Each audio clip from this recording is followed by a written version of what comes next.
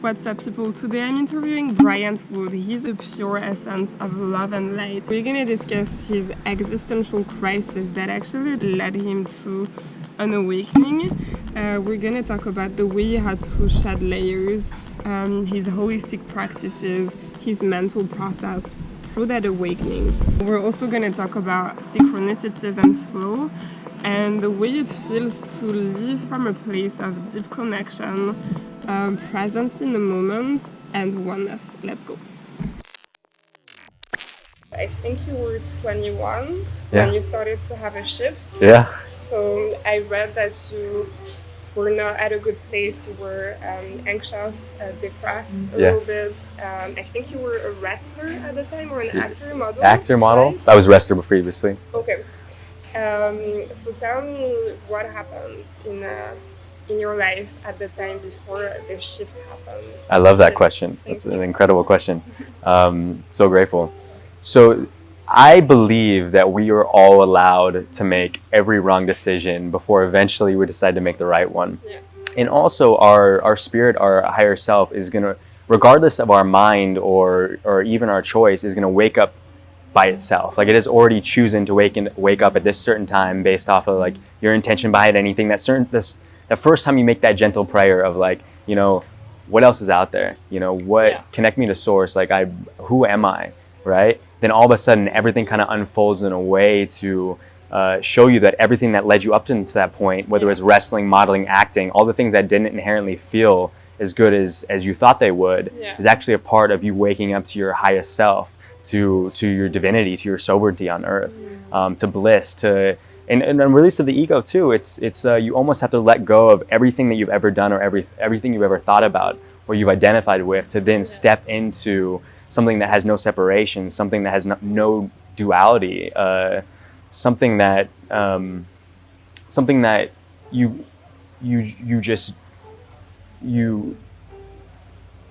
bring in to, instead of, or it brings in through you instead of you trying to even do anything itself, right? But when that awakening occurs, when you start, you know, for the most part, trying to understand what you're going through, it's so instant, it's so vast. Like, your karma is experiencing in the now. Every wrong decision you make, you now have repercussions to it. Your awareness, your alertness, you become more in tune with every single action that occurs. You know, anything you ever do that's against our planet, against yourself, against another, like, you feel it inherently. And we all do, but now you're like super aware of it. You know, your subconscious isn't controlling you. You are going into your subconscious to heal yourself. So would you consider this moment as an existential crisis in a way, after realizing that whatever dreams you have were actually constructions? Yes. And at the time I was like proud of it. I was like, I am in an existential crisis. Yeah. I'm 21, 22 years old. I don't know who I am. I don't know what's going on, right? And that is actually the first step, and also a very true, honest, vulnerable statement, right? That moment you can finally be honest with yourself. The moment you can you can first come from a place of like wanting something better for your body, for your mind, for your soul, for this world. Then that's when you start getting all these things that will help you along that way. Did you say that it was like a so what moment, or like what's now moment, where you actually achieved your dreams and you needed to maybe find a purpose for your soul? Yeah, I mean, the day you find out your soul's purpose in a clear form is like one of the happiest days of your life, right? And to live from that place, it will always inspire you. You'll always have creative ideas. You'll always be empowered. You'll be in flow. Things will effortlessly come to you. Like, you'll have so much energy, so much love for the world. It's a completely different state of being. You're literally waking up every single morning saying like, heaven, yes, you know, I'm ready to go, whatever I need, let's go, world. What can I offer you today, you know? But before that, you have to shed the layers. You have to let go of everything. You have to change to holistic practices that you incorporate your whole health. So it's not only what you're eating, right? I went from like 6 meals a day of meat to being vegan instantly. Right. You know, I went from taking anabolic steroids to just not even taking caffeine or anything, you know? Like, it was a completely restructure of the psyche once I was like given the information to know that this was very unhealthy for me. And if I kept along that path, my awakening would have even been that much harder. Because you were focused on building a lot of muscles, and then you decided to focus on your health. Yes. Yes. And you can still do both. It's not, there's no difference. There's actually just the amount of self-love you put into everything. and the amount of energy it gives you instead of the energy you have to give it. And I know you've been talking about mental health. Yeah. What would you say triggered your life change? Like, did you have a specific moment where maybe you had to hit the wall in order to change your energy, your psychological attention? state? Yeah. Yeah, I mean, there's grounded wisdom that occurs every single day, gratefully, like the lessons keep coming in, and when there's new ones, when there's the old ones you're reliving. Like, it's an illumination of your old patterns, and it's a beautiful experience, and it's also a very playful experience if you allow it. So I say you can either learn from like loving kindness, gracefulness, and ease, or you can learn from like pain and suffering and trauma. You're going to learn the same lessons either way. Yeah. Right? And then from that space, the mind is so important because it is the part of you that is free choice. So like what your destiny is what your foundation is at the core, right? It's your soul's purpose. It's how you take care of yourself. It's your vibration. It's your frequency. It's the holistic view of everything you're going through, and everything you've ever been, and everything you ever will be, right? And then the mind is your free choice, and your mind can construct your energy. Your mind can construct your thought patterns. Your mind can construct the reality for us all. You are now perceiving the world through a certain lens that you can either let go of, where it's just fresh and new in the moment, or you can allow everything that's ever triggered you up into that point, and also past lives, right? And also things that you love to then dictate how you're going to act in the now. And repeat the same patterns. And that's not living. Living to me is like, I love you so much. Like, how can I express my love to you in a new way that's never ever happened before, right? Everyone that's listening here, like, how can we express ourselves in a new way from a place of such deep love and deep connection rooted in source, to feel that vibration of oneness, unconditional beingness, and then just be present with everything that is. So no matter what you're going through, no matter what that looks like, if you have that core, right? Amazing. Life is amazing. It's so good. What's the one thing that like taught you that helped you embody that person? So you eventually have to understand every aspect of yourself, your body, your spirit, your energy. So it's not just one thing. It's doing the meditation, it's doing the breath work, it's eating healthy, it's speaking, thinking, and acting out of love in every single second of every single day. It's being aware of every left step you take and every right step you take. You just become completely present with what is, and you integrate it all into the body, and then you become this being of light, this light body that's activating every single moment to usher in and hold space for this global awakening that's occurring. Yeah. We're all moving into this bliss and love, and what we have to do is we just hold space for it, and we have these interviews, we speak about it, we create from experience, right? We create from that highest excitement, that joy, that freaking like that stuff that makes you feel awesome, and then move into that world, and you're going to be mirrored in it too. That's the blessing, is like as soon as you let go of the things that you're holding on to that cause you any sort of pain or fear, and decide love, which looks like whatever you want it to look like in the moment. It's the feeling that at your core feels delicious. It makes you feel alive. It makes you feel there. Yeah. Then your world just shifts into this miracle. And every single moment where all your thoughts, because you've taken such good care of your energy, are manifesting in the now. All your actions hold an importance because you give it meaning, and all the intention that you put in anything, it ricochets in the heavens. Like, you know what I mean? Like, yeah. It's important stuff, but also it's not about you. It's about the oneness, the whole. So you have to ground the realizations in heaven here, and intellectually understand that you're in loving service, and you're here to allow this love to come through. And then you kind of guide with it. You use the mind to create new experiences, and you're like, oh, how can I offer new things to new people to help them along their journey, or help them heal themselves? Right.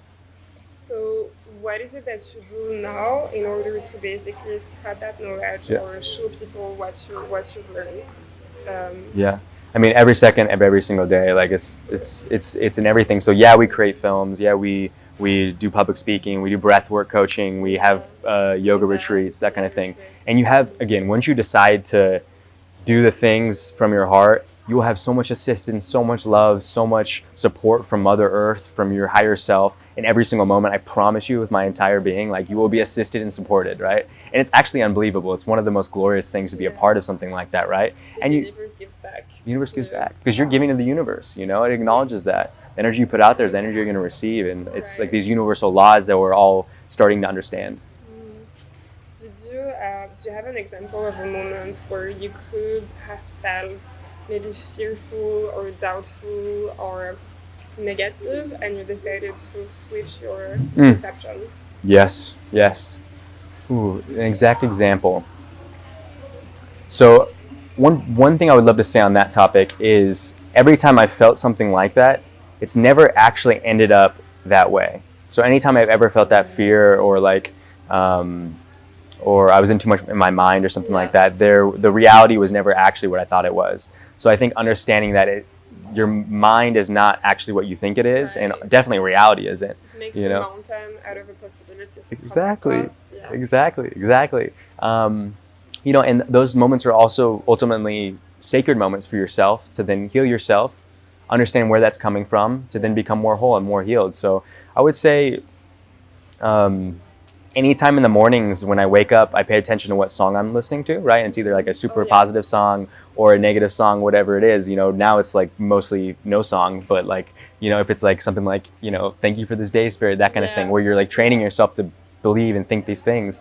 But if it's not that, maybe I made a wrong decision the day before and I felt like I hurt something or someone or something like that, and it's still sticking or lingering in my subconscious, like I'll spend time with it. I'll sit with it. I'll understand why that happened, why I feel this way. And you pick it apart, but then you also just breathe through it, right? So like there's nothing that the mind can do that your breath can't. There's nothing that your mind can do that if you step into your body, you won't heal it. And you just kind of go and you go through that dance where like if you're too much in the mind, you do yoga, you move around, you give someone a hug, like you go give something loving service, and it's an instant change state.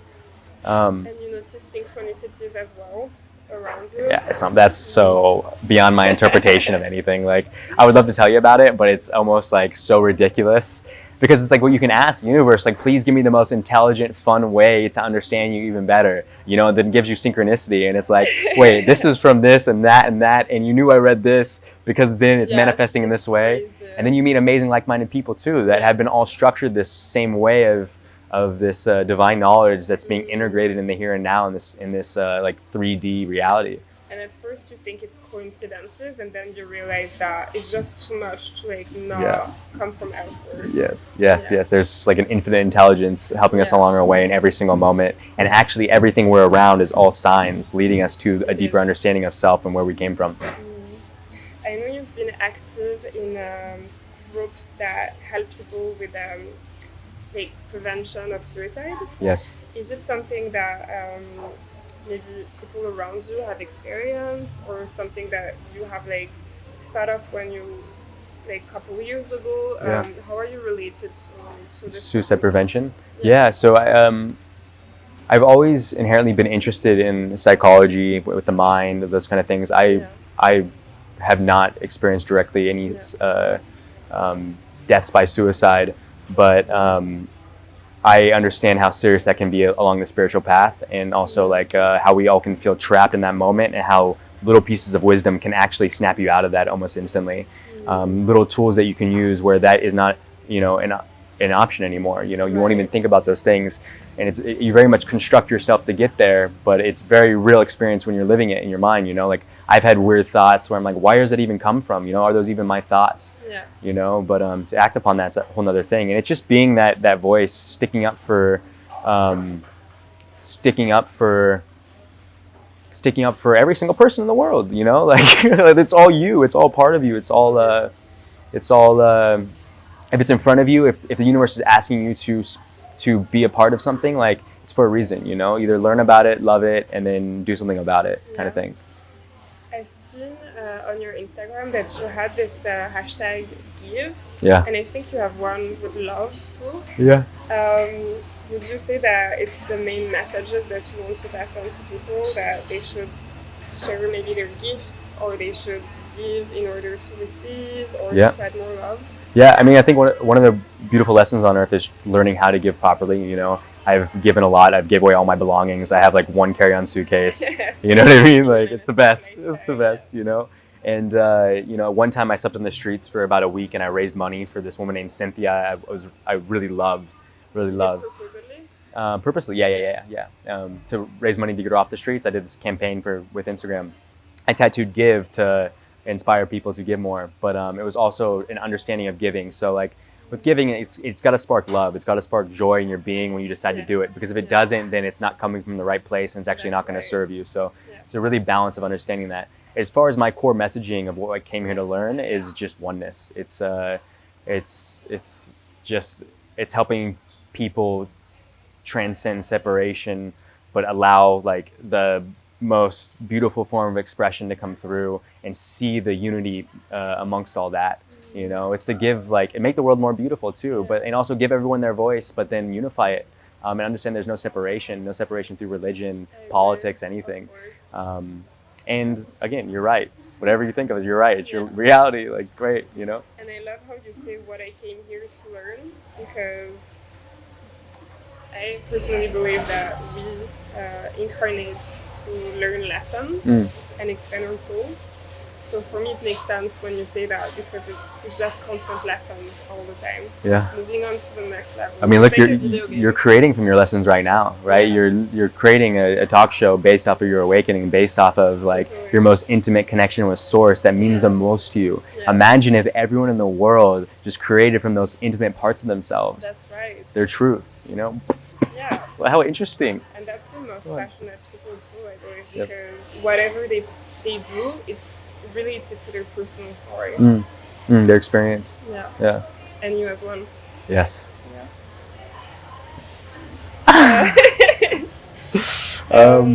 Okay, I know he doesn't have a lot of time. Let me think of like one last question. Okay. 2-3 minutes more. 3 minutes. You can do a lot in a minute. It's a long time. Okay.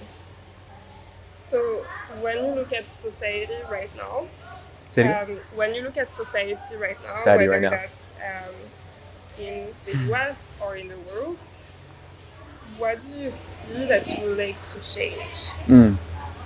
Mainly.